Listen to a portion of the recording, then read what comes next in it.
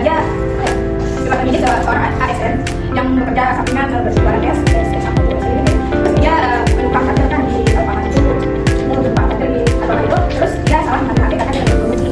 Dia salah mengambil HP baru pegawai minimal itu, jadinya pas dijaga baru tahu kalau kita mengambil. Padahal itu juga dia sudah kami udah selesai dengan alat pihak itu tapi karena aparat kepolisian dia dalam itu sudah memberikan uang kompensasinya untuk pegawainya, tetapi aparat kepolisian ini mendesak kalau dia tidak melakukan di rumah juga, maksudnya ini diancam 7 tahun penjara dan kita juga tapi karena memang ini menghadapi ancaman penjara selama 7 tahun dan denda hingga 90 juta jika dia menunjukkan sebelum kematian kedua kali ini dia sempat mengungkapkan dosanya kepada masyarakat yang menanyakan apakah bunuh diri ini ada solusi yang lain. Bunuh diri bisa menjadi solusi atas apa? Meskipun dijawab bunuh diri ini bukan solusi, tetapi karena terusnya berdesak oleh aparat kepolisian ini, jadinya dia mengakhiri hidupnya. Karena yang terus-menerus dia malam ini meskipun karena yang terus-menerus dampaknya untuk dilakukannya keputusan tragisnya untuk mengakhiri hidup meninggalkan luka bagi keluarganya serta masyarakat di sana. Yang merasa ia menjadi korban tidak ada. Ratusan warga menyambut proses kayangan sebagai bentuk protes merusak fasilitas sebagai dampak ketidakpuasan terhadap tindakan aparat. Insiden ini menunjukkan betapa mendalamnya rasa ketidakadilan yang dirasakan masyarakat terhadap institusi aparat. Di sini ada contohnya dalam kasus korban ini akan ada beberapa undang-undang dilakukan oleh aparat penegak hukum terutama ada Undang-Undang Nomor 2 Tahun 2014 tentang Kepolisian Negara Republik Indonesia.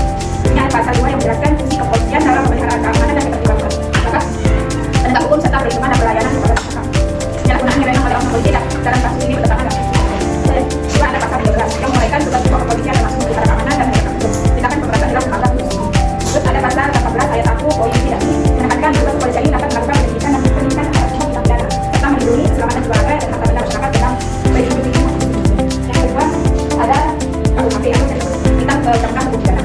Ada pasal 335 yang mengatur tentang pengancaman di mana tindakan oknum polisi yang memberikan keterangan tanpa alasan dasar kepada rakyat dapat dianggap sebagai pelanggaran terhadap hukum. Kemudian ketiga ada peraturan polisi nomor 7 tahun 2005 tentang kode etik profesi korban. Tindakan oknum polisi yang terlibat dalam pemerasan dan intimidasi terhadap sipil merupakan pelanggaran terhadap kode etik profesi Polri yang mengharuskan anggota kepolisian untuk bertindak profesional dan berdiri di etika dan terus yang keempat ada Undang-Undang Nomor 39 tahun 1995 tentang hak asasi manusia. Pada pasal 4 yang menyatakan bahwa setiap orang berhak untuk hidup tidak bisa dan pemerasan intimidasi oleh oknum polisi dan habis dapat dianggap sebagai pelanggaran terhadap hak asasi manusia. Terus yang kelima ada Undang-Undang Nomor 2 Tahun 2008 tentang informasi transaksi elektronik atau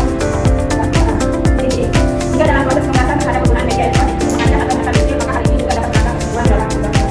Pertama ada Undang-Undang Nomor 5 Tahun 2004 tentang aparatur sipil negara yang menyatakan bahwa ASN berhak mendapatkan perlindungan dari tindakan yang merugikan termasuk intimidasi dari manapun masyarakat.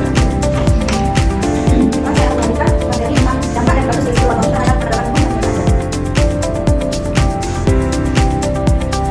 Pertama, aplikasinya nilai keadilan dalam proses hukum. Tindakan pemerasan keterangan dari aparat terhadap peristiwa atau kedudukan yang merupakan sebagai sebagai asas keadilan hukum, mana hukumnya harus diterapkan secara adil dan tidak berhak. Hal ini dilakukan dengan mencerminkan praktik hukum yang belum memiliki kesetaraan dan perlindungan aparat masyarakat. Yang kedua, maksudnya kepercayaan masyarakat terhadap aparat penegak hukum, mana tragedi yang dialami oleh sipil menimbulkan ketidakpercayaan yang mendalam dari masyarakat terhadap lembaga hukum. Kepercayaan publik merupakan elemen kunci dan menunjukkan hukum adil, dan kepercayaan ini hilangkan partisipasi masyarakat dalam proses hukum ikut menentukan. Yang ketiga, lemahnya jaminan perlindungan hukum bagi warga negara. Peristiwa ini menyoroti minimnya perlindungan hukum yang diterima oleh individu, khususnya dari kalangan ASN seperti sipil, ketika seorang yang seharusnya dilindungi oleh negara justru menjadi korban tekanan aparat. Hal ini tersebut menggores asas keadilan dan tanggung jawab negara dalam melindungi hak rakyatnya. Dan yang keempat, tercorengnya integrasi integritas aparat penegak hukum. Penyalahgunaan kewenangan oleh hukum polisi dalam kasus